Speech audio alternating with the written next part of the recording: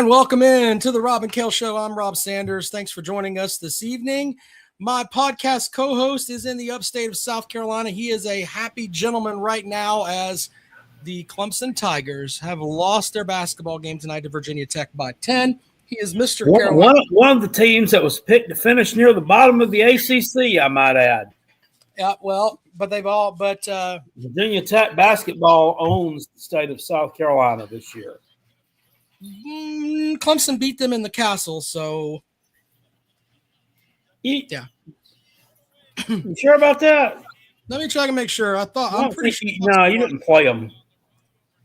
Yeah, we have to look here. Hold on, I'm checking. I'll check right now for that. But anyway, welcome to the show, Mr. Carolina Jackpot, Cale Hall.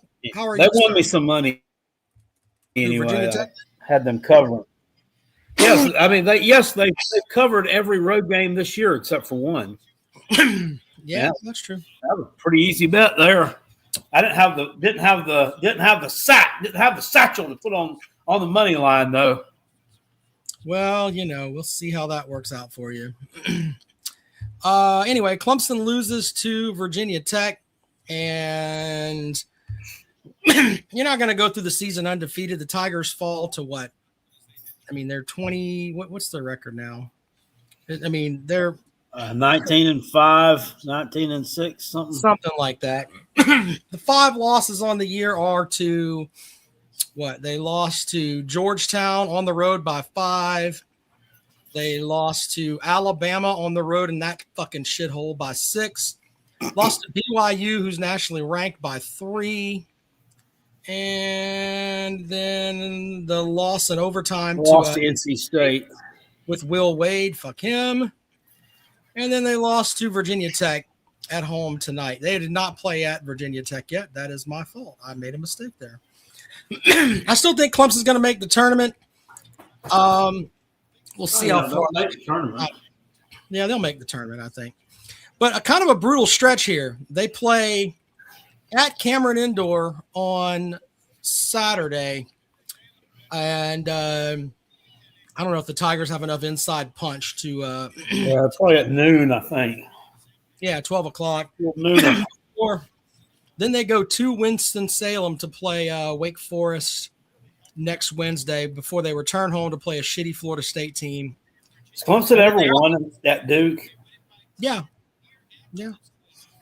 I mean, it's in black and white, I'm sure, but they have won a game there. Anyway, what we're going to talk about tonight is, the college football world was kind of turned upside down by Indiana this season, with Indiana basically just wiping their ass with the college football world with the way that they put together a championship team. But I was thinking about this today. South Carolina has a lot of the things that Indiana has.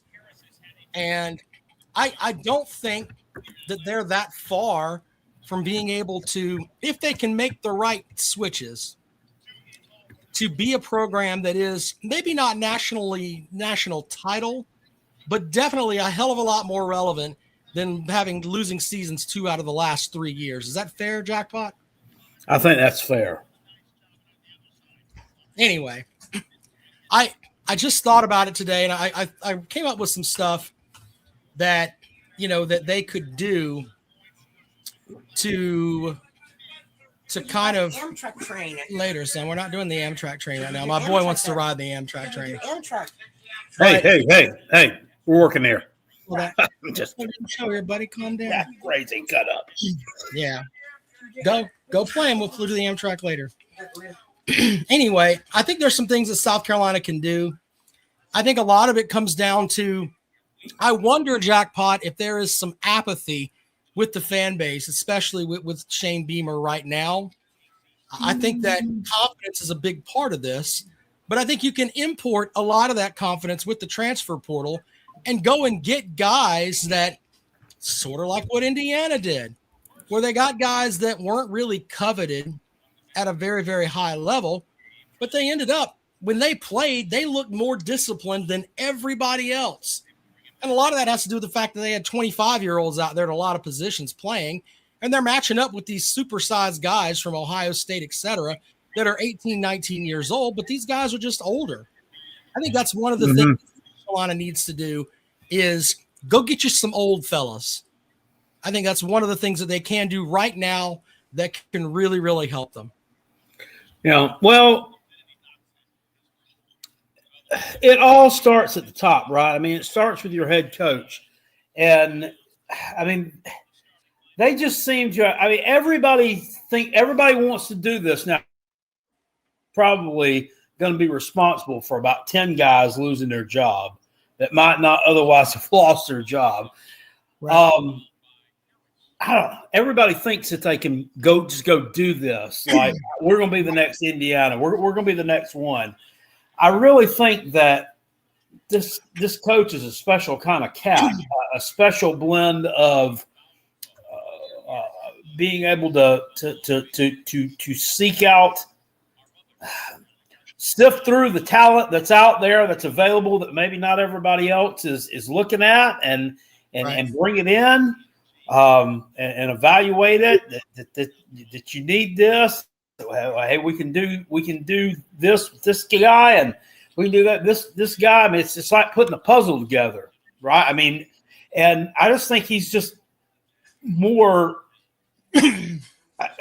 I think he's better at it than everybody else. I just don't. I mean, I just don't think you can just find a guy like that for every program to be able to construct that. You know. Well, so you think it's more Cignetti than what Cignetti did is what you're trying to throw out there. Yeah, Baylor man has it. The chemistry has to mesh, which is facts. I mean, like with Florida State a few years ago, the chemistry meshed really well in 2023, went undefeated. The next year, the chemistry didn't work at all, and they won 2 games. Right. So yeah, I think a lot of it has to do with him, Cignetti. I think the man. I mean, if nobody else has done this in the transfer portal yet. I mean, we've been having the portal around for like 5 years. I mean, if it was this easy, I mean, I think somebody else would have done it by now. Well, and also I think that South Carolina's had top 20 recruiting classes as far as the portal goes.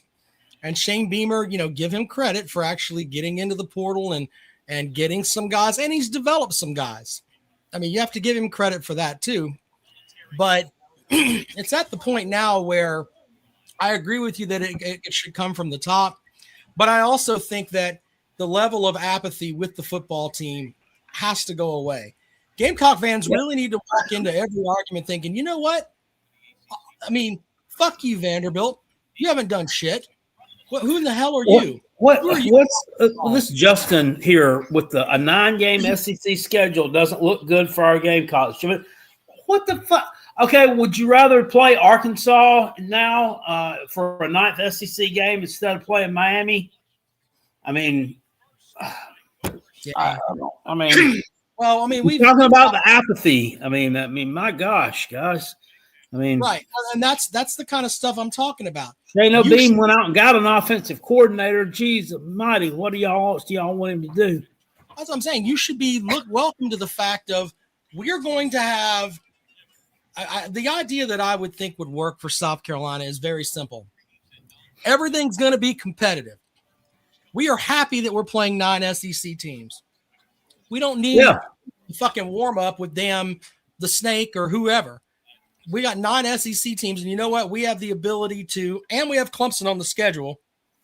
So, in theory, we've got 10 Power 4 matchups right there in front of us.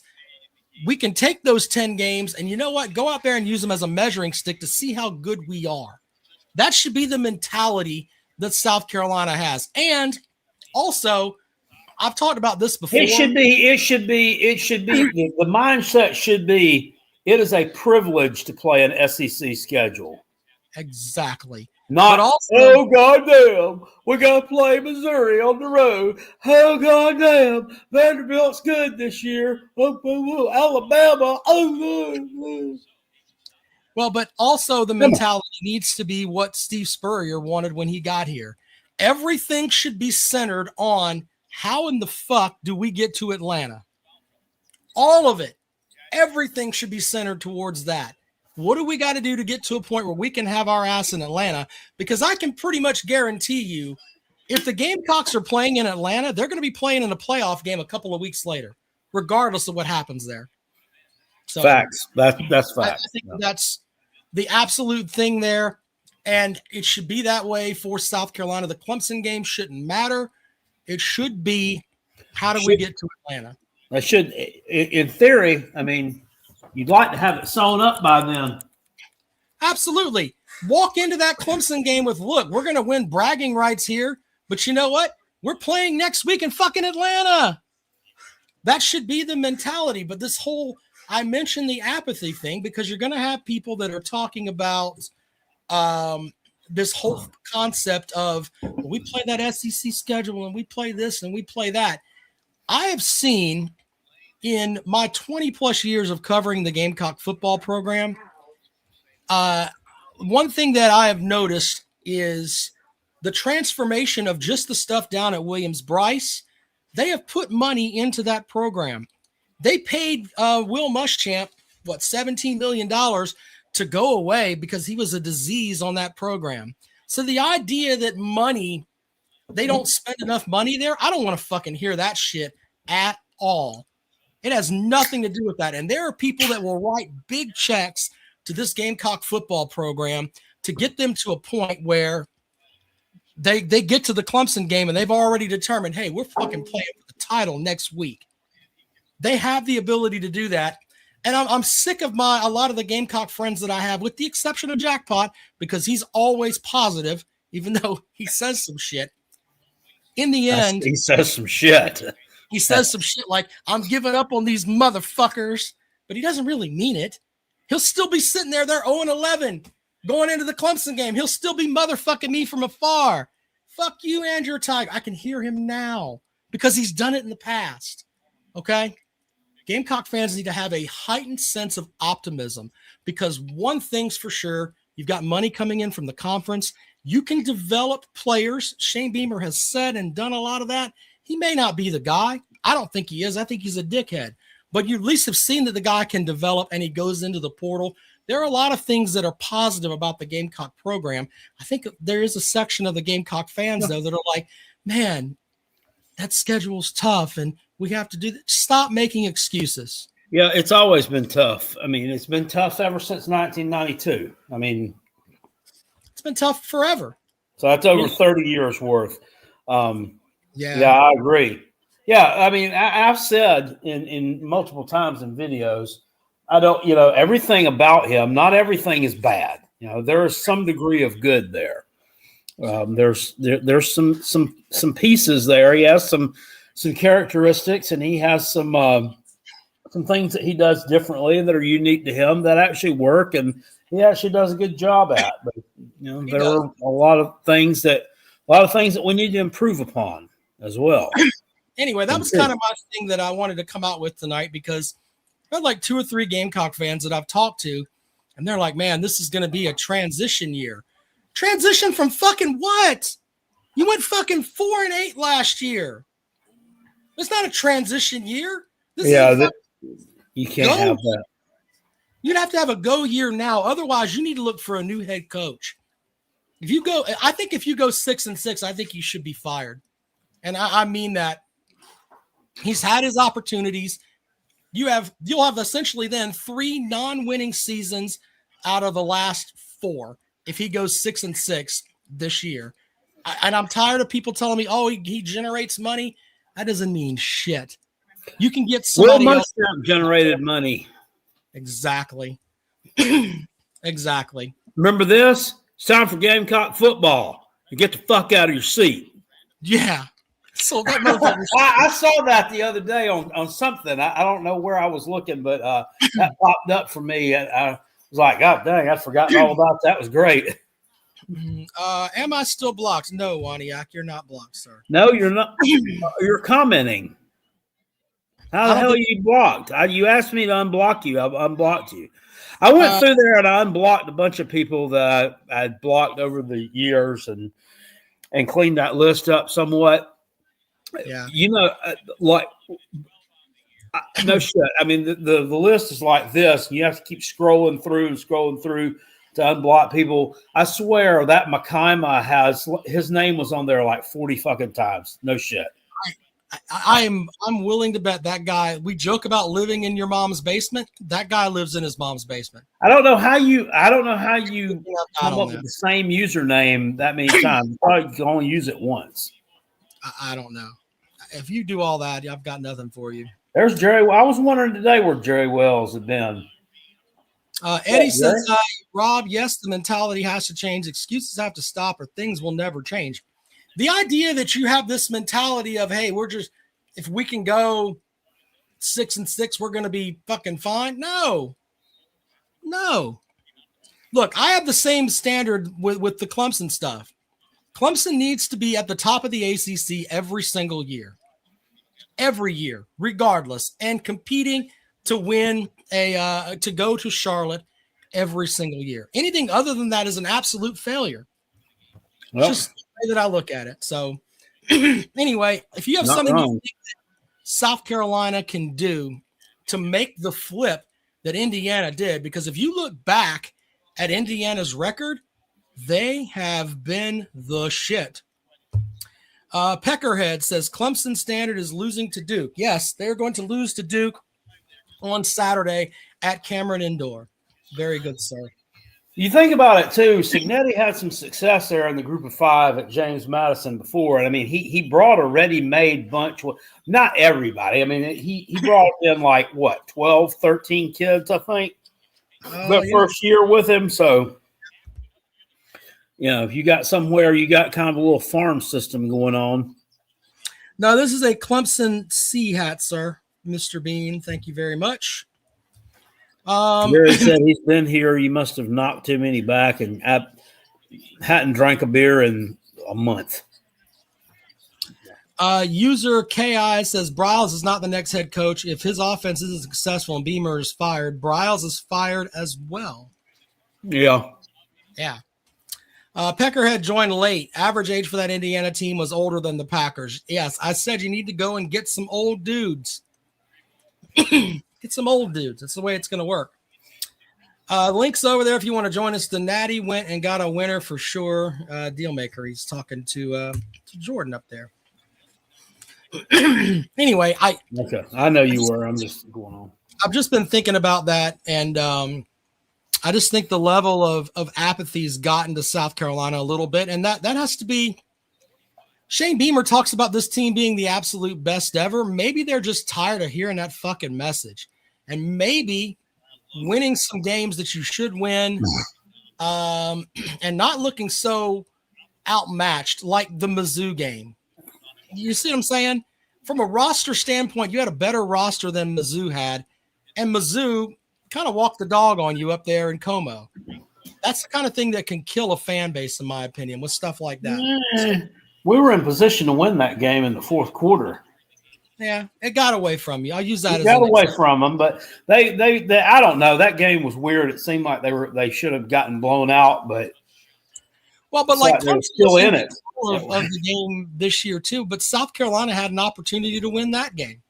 If you really go back and look at the Clemson South Carolina game, yeah, they had an opportunity to win it when Sellers threw that damn pick 6. It was 20-14. Yeah, he could have went down the field and done the same fucking thing he did last year.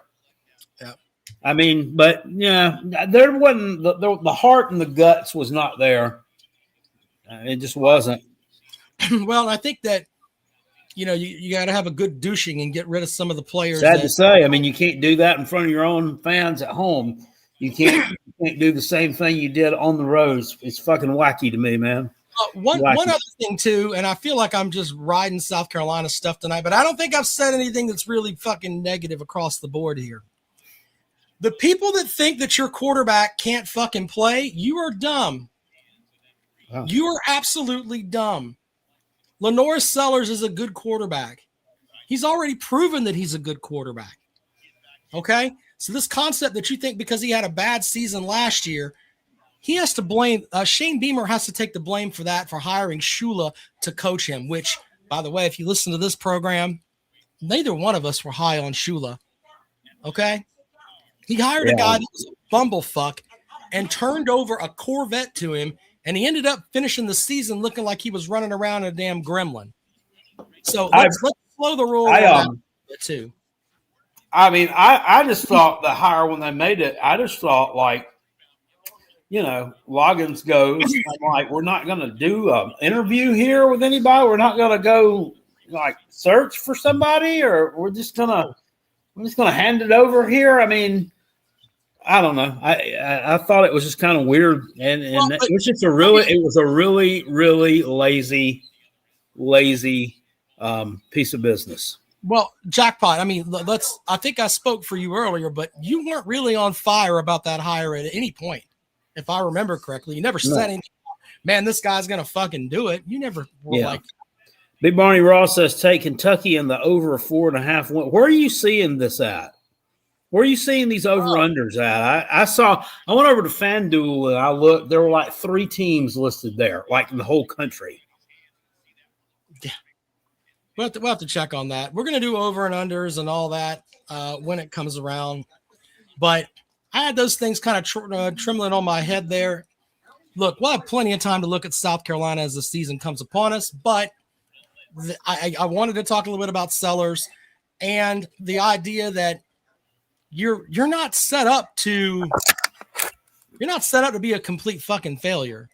Okay. I'm still listening to you and I'm still with you, but I've been tasked with putting something in the toaster oven.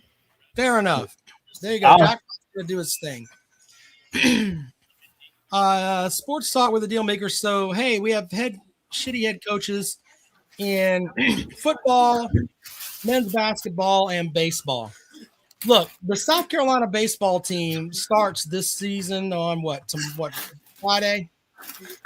I have covered a lot of the baseball stuff, and this is the first year where it's like, man, this team's going to be the shits, the absolute shits. Gamecock Chuck needs to come. I need to get with him because I would love to do a baseball preview with him because he does know his stuff. Joshy Boy says from Twitter says, Jackpot, who do you want as the next South Carolina basketball coach? Well, any fucking body, I would guess, but we'll let Jackpot make his toast there. Double peckerhead. What's wrong with going over here to Furman and talking to Bob Ritchie again? He was in the conversation when they hired Quarters up to begin with, and he's still over there. I think that I don't know. I'm gonna let Peckerhead take that one because I don't know what can fix that fucking basketball. I'll say what the fuck I've said for I think it going on a year and a half, Rob. Donati's first hire has to be getting rid of Paris. Get him out of town. Kick Rob. Well, his first hire was in theory was I know, but I said this at the time. I thought this would be his first hire. He's got to go. Well, wait a minute. If it's a year and a half, you were in the tournament a year and like. It was the off season of. I guess it was the off season of. I guess when Donati got hired, so maybe just a year. Okay, I got you. Maybe just a year. Yeah, but regardless, well, Drake. First of all, Dustin Outlaw. That's a shitty tattoo, my friend. Second of all, don't you disrespect Drake May. Second youngest quarterback to ever go to the Super Bowl. What shitty tattoo are you referring to? Highlight that one more time, Rob. He needs to see this. I think it kind of looks like an expo marker. I think it says only God something. It looks like a what? An expo marker. Don't talk about the expos like that. He doesn't know who the expos are, Jackpot. Come on now. Hey, listen. That's a fair statement. You don't know shit about the expos. That's a fucking Montreal Expos. I told you he doesn't know. He doesn't know. The hockey team, right? No, you dumbass. I don't give a shit, dude. If it's baseball team, I don't watch baseball. I goof with you, but I expect better of you. I don't watch baseball, Rob. I don't like baseball. Do you have Netflix? Yeah. There's a documentary on the Expos on Netflix that's worth 90 minutes of your time. It's pretty good. I'll watch that. Yeah, it's actually worth your time. Okay.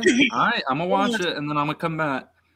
But I did want to mention this. Did y'all see? It was put out. Jacarius Peak, all 6'4", 320 of him, was clocked in at 19 miles an hour in his first trainings with Carolina. Yeah, Whether it be true I or had not, heard that. Well, I had heard it. I had heard that about him from his workouts at NC State. Yeah, that's absurd. That's a whole lot of man to be running at that speed, 19 miles an hour. I mean, yeah. damn. He should be able to get around the fucking edge there then and protect the damn Sellers' blind side then. Well, imagine him pulling across the guard and just meeting some poor linebacker in the hole at 19 miles an hour. Well, to be fair, for him to do that, you have to have an offensive line coach that can coach him. Well, Fat Arn Anderson's no longer got his thumb on the controls there. Whatever happened to him, Bob? Does anybody know whatever happened to him? I don't know. Doesn't he have a son on the team? Or no, that was Nate Atkins. His son was Nate Atkins. He plays for the Broncos now. Yeah. So, Sports Talk with the Dealmaker says, did you see where the Gamecocks had a player locked up for possession and distribution? Mm-hmm. I don't like to talk about that kind of stuff because, unless it's Georgia. No, I mean, I really don't. In theory, I don't like to talk about that stuff because it was marijuana that he was caught with. And I've always been a person that I think that the only reason why a lot of states don't allow people to have marijuana is because they don't know how to tax it, because you can grow it in your fucking closet and they don't know how to steal fucking money from you. I think that's a big part of it. But so he's actually doing something that if he were in Colorado, they wouldn't have even ticketed him.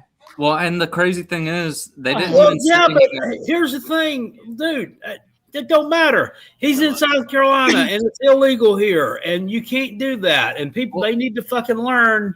You can't just do whatever the fuck you want to. I mean, it was right outside of the stadium. It's retarded.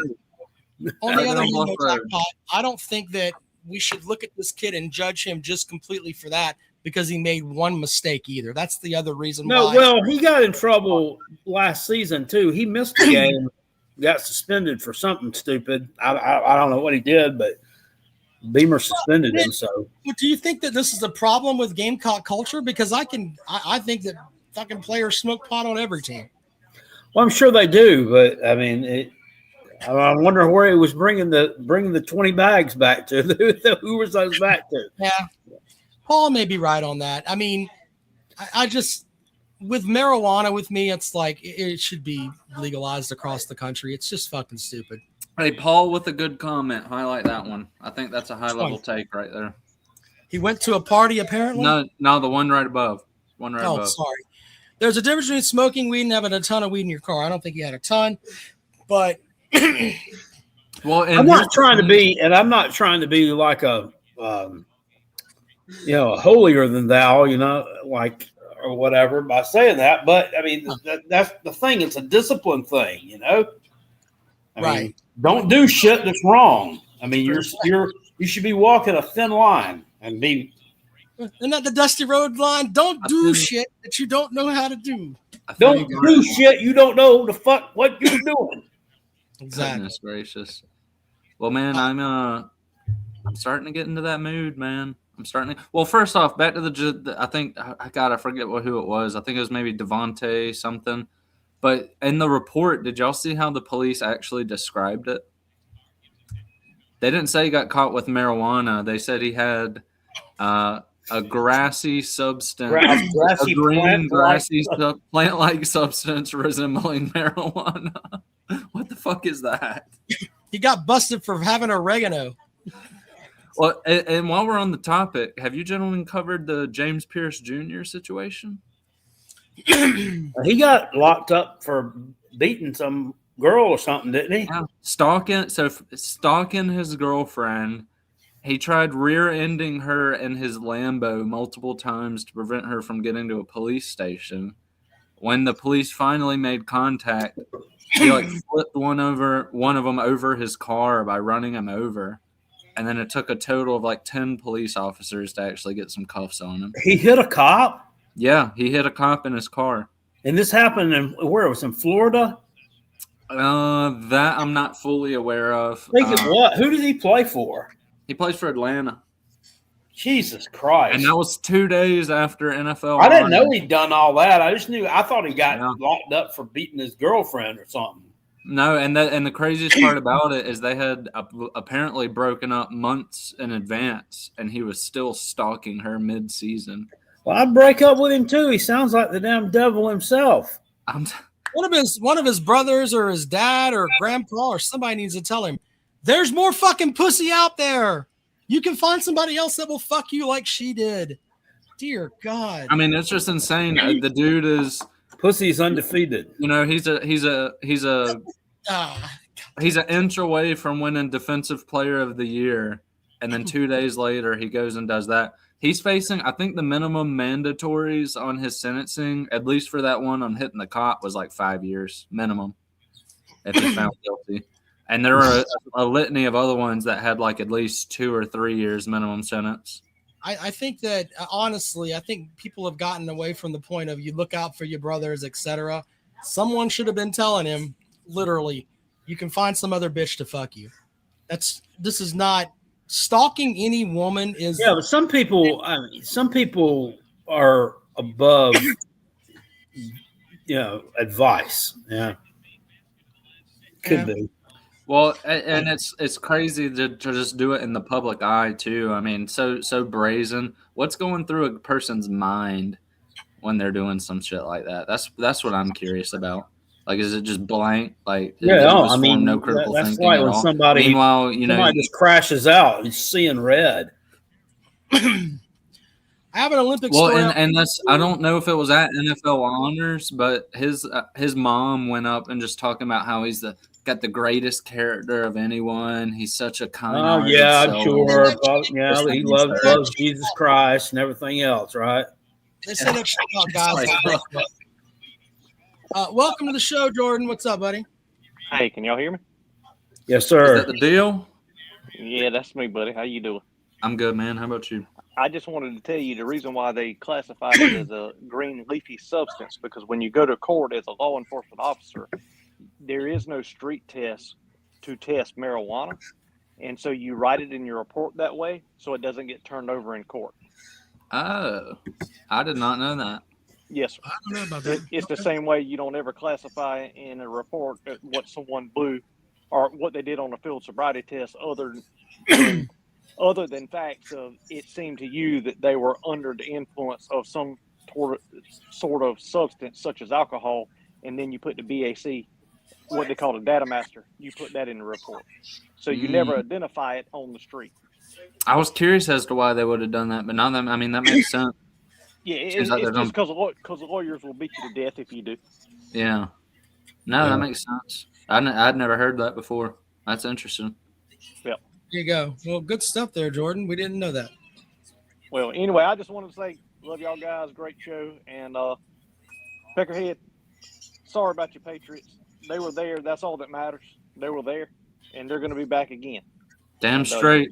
Hey, and Christian Gonzalez earned every bit of this fat extension he's about to get. I know he lost, but did he not look like the best player on the field for either team? And the guy that said talking shit about Drake May, hold on, dude. I'd love to have Drake May as my quarterback. Okay. Y'all have a good one. Talk to you later. All right, buddy. Well, to be fair, Drake May also took an injection to play that game, so his shoulder's obviously fucked up. If we're going to be honest about it. Now, I understand that that's what you do, but if the thing that you're throwing the ball with hurts bad enough where you're getting a damn shot right before the game. What took a shot? What, he get him one of them Bud Kilmers? Got one of them Toradol shots. Jordan just took an Aaron Rodgers perk 30. Yeah, would have gone out there and balled out. Look at himself and find out what that green leafy substance is. Very good, sir. Very good. It might have been because it was like I know there's a lot of shit like hemp weed going around. I figured that might have been the case. I want to throw out this story too. There's a story with the Olympic Games that's pretty funny to me.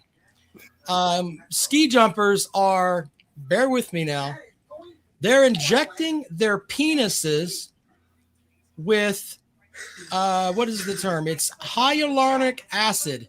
So it makes the penis bigger and it gives them the ability to, quote, fly further. My question to you two gentlemen, to secure, how can you fly further if you're weighted down more so with a larger penis?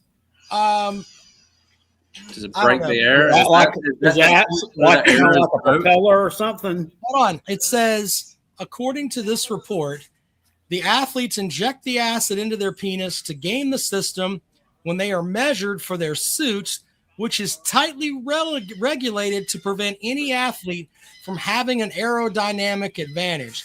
So you fill up your dick when you go to get your suit, and you get more suit, which makes you fly further. I wonder how big the needle is on that.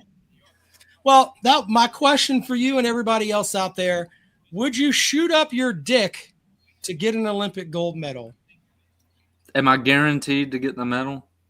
If I'm guaranteed, it'd be a hard it'd be a hard way to say no. If you're guaranteed. Injecting a penis with hyaluronic acid would make it bigger girth-wise, but you need to inject a lot of it, says Professor Eric Chung, a urological surgeon, who was previously the leader of the andrology specialty. I wouldn't give a shit about winning that gold medal. I mean, I want to see. That would help easier to slay some woolly snatch with. Do some hit a does this hurt? Does this procedure hurt for us? And let us know what it is. Justin, exactly. And you thought the sperm racing, the sperm racing thing was weird. This is just really out there. Here we go. Before the start of the season, ski jumpers have to have their suits made up based on the measurements of their body length, including crotch height, determined by an FIS-approved 3D body scanner in the presence of a doctor, stripped down to their underwear, and with particular stipulations around posture. The dimensions of that suit is strictly regulated because of the total size of the suit can, quote, have a significant effect on the amount of lift that you can generate, which allows them to jump further, says Dan Dwyer from Deacon's University School of Exercise and Nutrition Science. Enlarging the penis with the acid could provide benefits when the athlete is subject to standardized body measurement process, as the dimensions recorded of their body would be larger than they have been otherwise, which allows them to be permitted to have a slightly larger ski suit, and that ski suit can make the difference. There you go. What if this were like back during COVID and like there was a shortage of needles or something? That Olympic coach said to his skier, "Look, we ran out of needles, so there's not going to be dick shots today. But my friend Jackpot found this in the back of his closet. This is something he ordered back in 1996 out of the back of this magazine. Don't even remember what the magazine was called. It's a penis pump." Yeah, I know. It really does have a 90s look to it, but he swears it works. So let's give this a whirl. Oh, shit. Oh, anyway, that is not a joke. You can Google it. Just Google ski jumping penis. Google that penis size, and it will give you a whole list of stories from everybody from, Fox Sports Los Angeles, all over across the place. Saw a story that popped across my news feed today. I hadn't read it yet, but it says some woman in Ohio got arrested. I guess her kid was in the hospital, and she said she injected their IV with feces. What? Right, yeah, how the fuck? I don't know. That is fucking vile. We'll have to see about that. Goodness gracious. I mean, it had to be diarrhea, right? I mean, because it's demented. I mean, what are we doing here? Big Barney Ross says, didn't work out so well in the pole vault. You win, sir. Yeah. Anyway, there's that. Peckerhead, are you following the Gamecock baseball team? Do you have any hope for them at all? No. Like I mentioned, I don't watch baseball. The only time I watch Carolina baseball is if they make Omaha. Okay, well, I guess you haven't been watching Omaha lately. No, they open up with Big Barney Ross can tell us where this is. Northern Kentucky is coming to town. The North. The Norse jackpot knows who they are. Look at that shit. Yeah, you know who Northern Kentucky basketball coach is? Who's that? One Darren Horn. Oh, no shit. Y'all want to hear something baffling that I just read? If you What? had to guess, what would you say the profit line for Clemson football was last year? Just rough guess. Well, they lost money last year. They were like 11 million in the hole or something. No, they made money, but it was only 893,000. Where the fuck did all that money go? Well, that's one thing, but the thing that got me though was I think that athletics had like an $11 million deficit. I read something like that, but to me, I was looking at that and I was like, wait a minute, hold on just a second here. This is the first year they implemented alcohol sales. So they have 8 games of alcohol sales? You know, everybody was fucking pissed drunk, and they didn't make any more money than that. Nah, what the fuck? Yeah, that's weird. I mean, where the hell, legitimately, where could that money be going? I don't know. I mean, that's actually a little baffling to me. It said the football team generated something like $200 million in revenue and only came out $800,000 in net profit. That's just baffling to me. They said they spent $197 million in the most recent fiscal year for the Athletics. I usually do, but I don't know where the hell. I honestly, that needs to be investigated because that seems like some fuckery is going on. They haven't made any big additions to anything. You'll see that same shit everywhere. More than likely, but it's like, damn, because at least in Clemson's case, there haven't been any big renovations, any new stadiums opening up for like new athletics, I guess, teams. I could see it maybe for a team like Carolina where they're damn near renovating their whole stadium, but what the fuck's Clemson been spending their money on? I don't know. They break it down. I don't know. I find it weird that No, I can hear you. more money when you implement alcohol sales. It's like, I what the had left my phone. I'm like, oh, let me go get that before the camera. Yeah, it's just damn. But regardless, it's Clemson, by the way, opens up their season with Army on Friday. Army. Oh, really? That'd be good. Hey, you gentlemen know what's going on right now in the Midlands of South Carolina? I don't know. What's that? The College National Bass Fishing Championship right here in Lake Murray. I'd rather get AIDS than watch that. So who's competing in it? Well, I met a gentleman at work today. He was the coach of what's the city? It's some city in LSU or in Louisiana over by Texas against an S.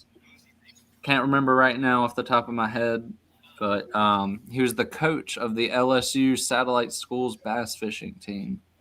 And They have a coach? Yeah, they have a coach, and he said he literally. You want to hear a verbatim quote from him? He said, because I asked him, what do you do?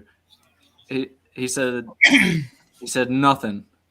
I go out because I think I asked him if he goes out before and like does sonar for the kids. He's like, no.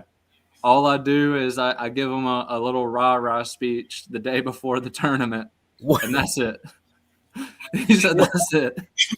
What the fuck do you say there? Hey, LSU Shreveport. Eduardo hit the nail on the head. Hope those fish bite your line. Yeah, he just said I give them a rah-rah speech the day before the tournament. That's it. Look, if you guys want to go fishing, that's great.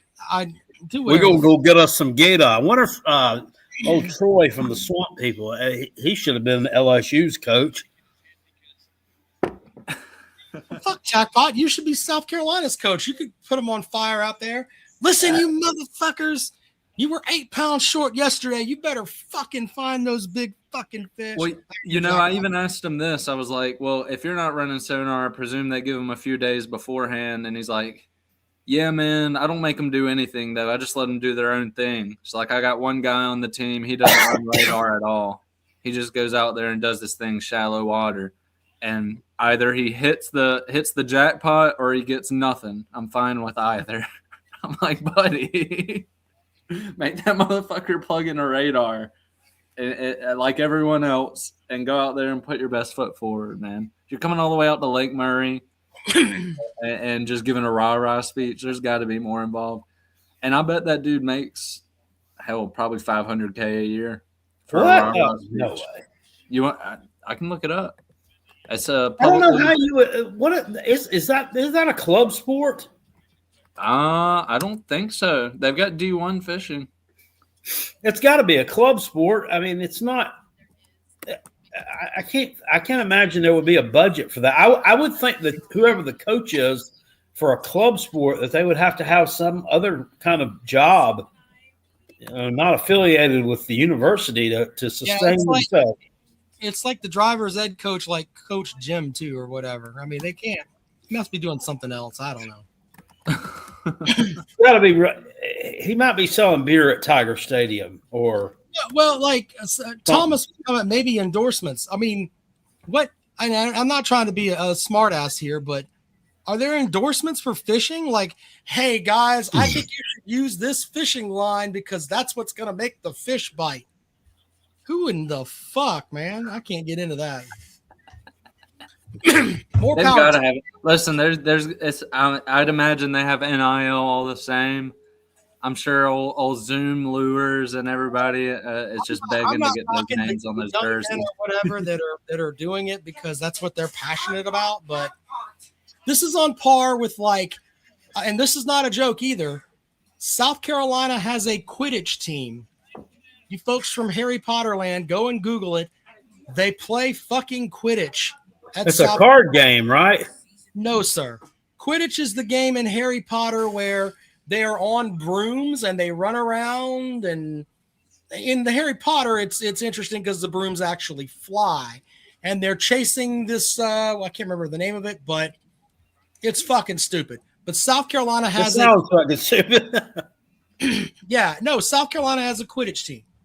So, and it's like a club sport, and that's kind of where I see fishing. Hold on, I'm Googling it right now. That is baffling. Yeah. They have like the Scottish festival or whatever down here. Okay, what was that sport? What was it? The Gamecock sport he played? Ultimate Frisbee. Yeah, Ultimate Frisbee. Well, the real question is, would you rather watch Quidditch or women's rowing, gentlemen? Be honest. Rowing with the women, they're hot. Well, yeah, if they look good. But who's to say there couldn't be a girl Quidditch player? Well, here's the thing: maybe you can look up her dress. You only see them for 10 to 15 seconds until they row by you, and that's all you get. They don't call it Quidditch anymore; they call it quad ball, but it's formerly Quidditch. And they have the national qualifiers coming up next weekend in Catawba Park at York County. National, you say? National qualifier is at Catawba Park in York County. A regional tournament designed to qualify teams for the national championship. Yes. I'll tell you, I wouldn't mind a tetherball club sport. That shit could be electric. You remember tetherball back in the day, gentlemen? Bet you got beat in the face with tetherball. That's where the ball was on that pole or whatever. Yeah, and you got to wrap it all the way around. Think of the intense back and forth we could see with some D1 tetherball. I mean, that would be an energetic sport to say the least. Got to be better than Quidditch. They call it quad ball now, but it was quite like the only reason that I learned about that is I took my kids to this Scottish festival they have every year. And it's pretty cool because you get different food and they get to walk around the Columbia Speedway down here. And they have different events, right? Where they wait, you have a speedway? Yeah, there's a speedway in Columbia. Columbia Speedway, yeah. Go look it up. It's there. Who the fuck races there? They don't race there anymore, but they used to a long time ago. Anyway, they had I don't think it was NASCAR, but it was everybody was driving fast and turning left. I don't know. Anyway, so we got to go out there and they had the thing where the Scottish guys throw the telephone poles and shit like that and whatever. Gets the kids outside on a Sunday. But then they cleared the field of that and then they're up next, the University of South Carolina Quidditch team will have an exhibition match. Did you just say guys were throwing telephone poles? Yeah, they take the telephone pole like this, and then they flip it. I've heard of that. What's the height they reach on that? I don't know, but it's the idea that you can toss it and have it like turn over. That is the most absurd thing. When I was back in high school, It's not a full length telephone pole. I mean, No, it's not. It's not a full length. Okay, our high school. Of course, it's not. Who could pick up? Well, that's what I'm saying. That's what I'm so baffling. But our high school coach would make us, as part of conditioning, do hill sprints while half of the team held a full-size telephone pole above our head, and the other half of the team did laps around the field. It was the most brutal fucking thing I've ever been a part of. And I was about to say, it makes more sense now that they're cut down, but I was like, God, no way. I'm going to play this. Hold on. I'm going to share this so that you guys can see it, because I don't think Peckerhead knows what we're talking about. And I'm not mocking you, Peckerhead. It's just, this is kind of what we're looking at here. This is like the Highland game. It's kind of what I took the kids to do. My brother actually does this. Okay. So yeah, it's cut in half. It's cut on a good bit, but here we go.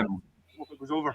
So they hold it like that, and then they run with it, and then whammy! Yeah. That's impressive nonetheless. Right there. That's impressive.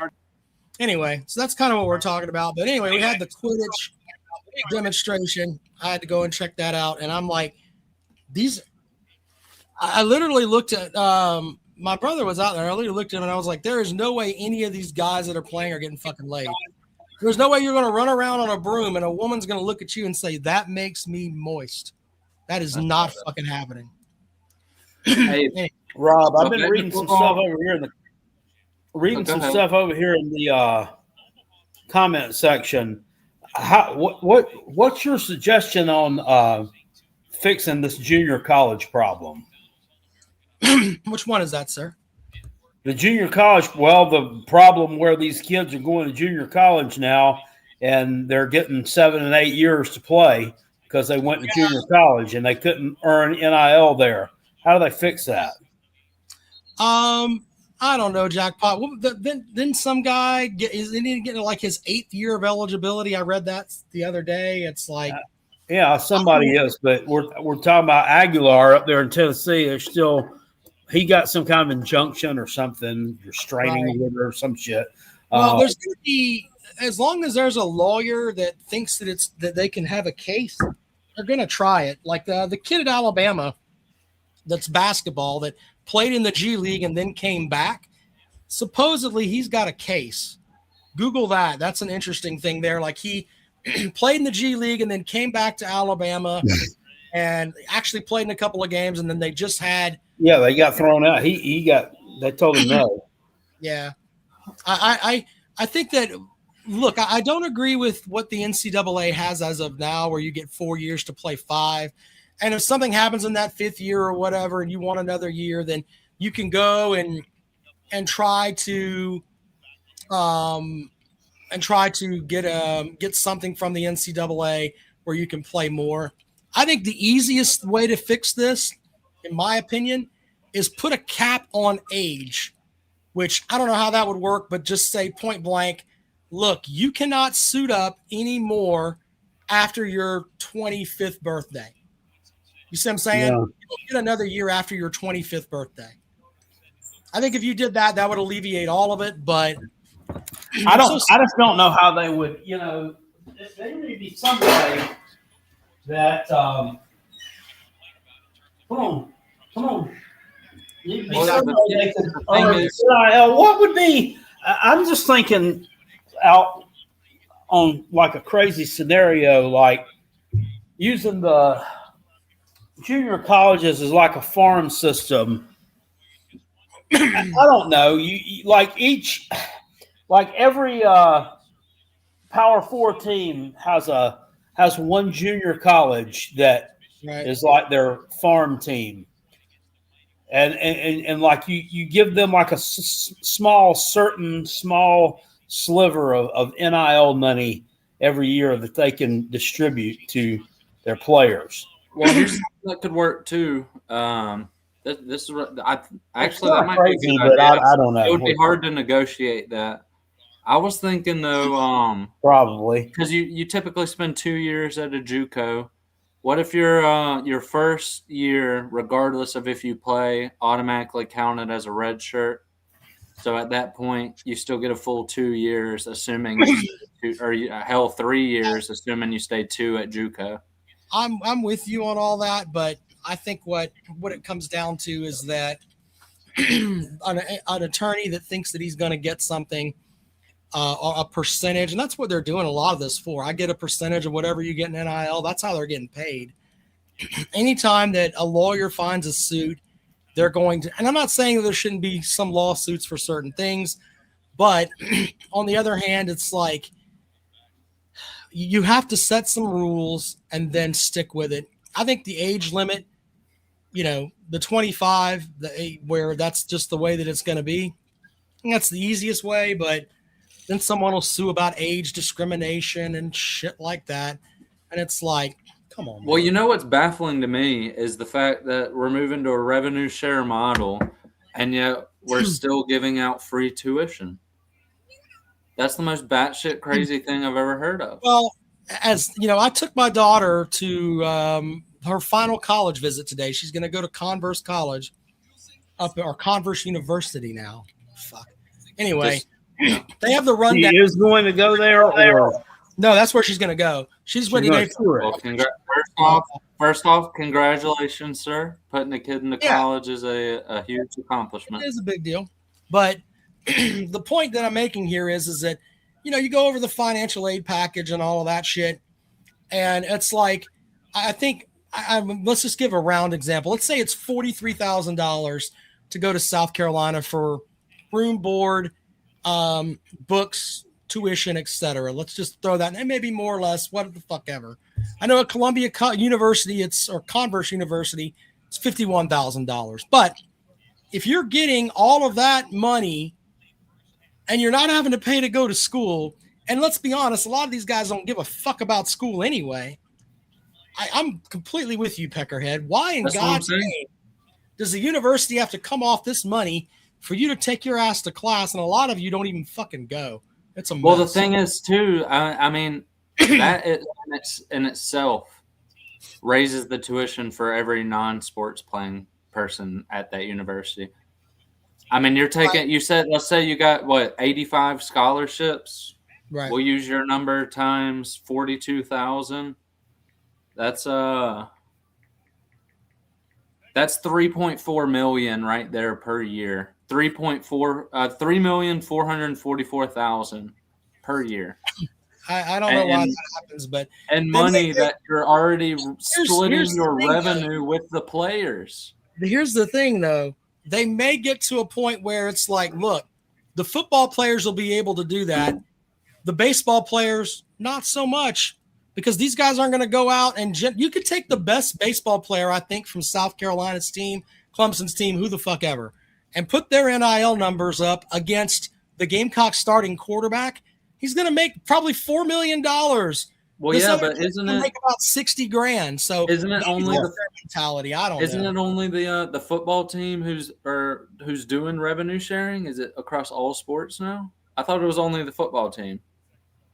No, it gets divided up amongst all of the student athletes, but the school determines how much of a percentage football gets. Okay, so it's revenue sharing amongst all athletic events. Yeah, so like Kentucky, like their basketball got like 45%, some crazy number. It was like higher than anybody else's. Yeah, pull every single one of their scholarships then. Pull every single one of their fucking scholarships across all sports. That's how it should be done. And you give them enough money if it's a lesser known sport. You give them enough money to cover their tuition and maybe buy some McDonald's on a Saturday.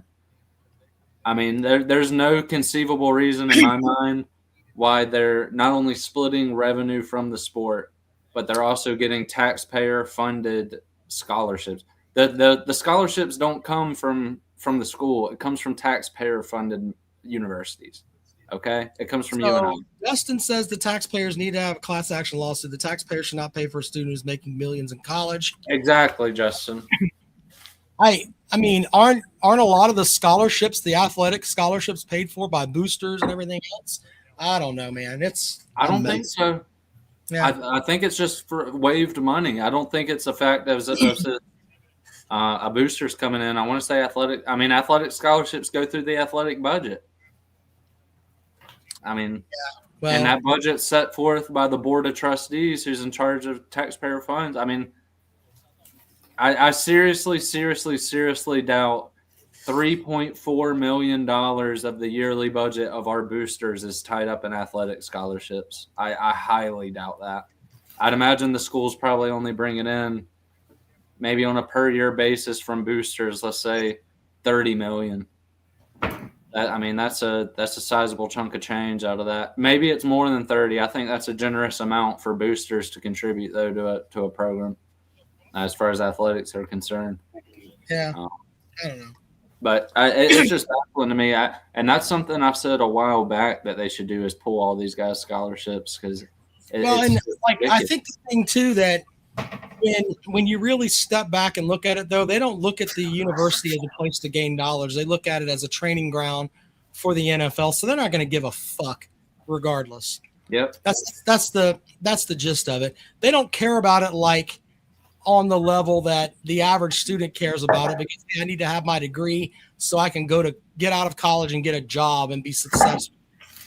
And that's not all athletes. I mean, there are some that go there and they get their education and that's great. But when you're making, and it's not all of them that make $4 million a year, but there are, especially on a lot of the football teams. I mean, well, I think I read something that like an offensive lineman's contract on a standard SEC team is like $250,000. Taxes, they'll get whatever, however much after that. It's not life-changing money, but a lot of these guys are getting paid. And I would seriously doubt there's any scholarship football athlete at a D1 school making less than 40 grand a year, regardless if you're depth, 40 to 50 grand a year. Well, I mean, wasn't it BYU or whatever college where the one company said everybody that comes here is getting X amount of money? I mean, you guys remember that story. Yeah. If you're a scholarship player, you're getting X amount of money regardless. Yeah. And by the way, you get free tuition. And it's just it's bullshit is what it is, gentlemen. It's bullshit. Well, it's bullshit, especially to you, because I'm sure, and I'm not trying to get in your pockets here, Peckerhead, but you probably got some student loans you got to fucking pay. Hell yeah, dude. Damn it. You see that shit and you're like, what in the fuck? Hell yeah. And I got these motherfuckers making millions who ain't got to worry about shit. Yeah. Hell yes, Rob. And that's what the issue is. That's why I personally feel strongly about this because I've thought it for quite a while. It needs to be fixed. It needs to be changed. And that's the thing is it never will be because we live in the era of entitlement, gentlemen. Give me, give me, give me, give me. That's all it is. Yep. The era of entitlement. And the thing is, I guarantee if you pull those scholarships, you're going to have some fucking millionaire out there making $3 million a year, probably a quarterback, hiring a lawyer, filing a lawsuit because the dude has to come out of 50 grand of his $3 million per year. I don't know. And it's I don't know how these quarterbacks get paid the money they get paid, and the offensive linemen are blocking for them are like not getting paid. I don't get that at all. Well, you got to factor in the O linemen do eat at least 3 times what that quarterback eats. So maybe it's a cost to benefit analysis. You know, we got to bring in 3 T-bone steaks every week for this guy. He gets $200K versus like a fucking Caesar salad or some shit, whatever the hell quarterbacks eat. Good point. Well, I think we've talked a good bit about that. Peckerhead, we're going to wrap it up in a minute, man. But thanks for joining the show. Yeah, man. Hey, clam salad. Clemson. Hey, the Patriots, as Dealmaker, as Rob said, clam chowder. We have some of the most amount of cap space in the league, the youngest team in the league. This was only the beginning, gentlemen. We're back. Go Gamecocks. There you go. Well, jackpot. It's been a good show. Quickly, does South Carolina win the series against Northern Kentucky this weekend? I think so. From what I understand, Northern Kentucky's baseball team is in the total rebuild mode. So Jackpot's got a win for them there. All right, so I've got Clemson winning the series with Army. Army's not very fucking good, but I think Clemson loses at Duke this weekend. And then for the Gamecock basketball team, who has lost, how many have they lost in a row now? 5 or 6. Was against Oklahoma January 20th. 1, 2, 3, 4, 5. So the next game will be against It's Alabama. Alabama on the road. I think that's a loss as well on Jackpot. Yep, that's a paddling. They do play the women's basketball team. Dawn Staley plays at LSU Saturday. Yeah, I know. So what is it? Wiley, the kid that played at South Carolina, now plays at LSU. Full Willie. Full Willie, yeah. She's not really on the floor much for LSU. Just saying, maybe it's her. Super chat from Peckerhead. Great stream, gentlemen. Spurrier owns Dabo, by the way. Fair enough. All right, Jackpot, you got anything else? I don't, Rob. It's been a good show. Appreciate you guys. Thank you for checking us out, and we'll see you later on.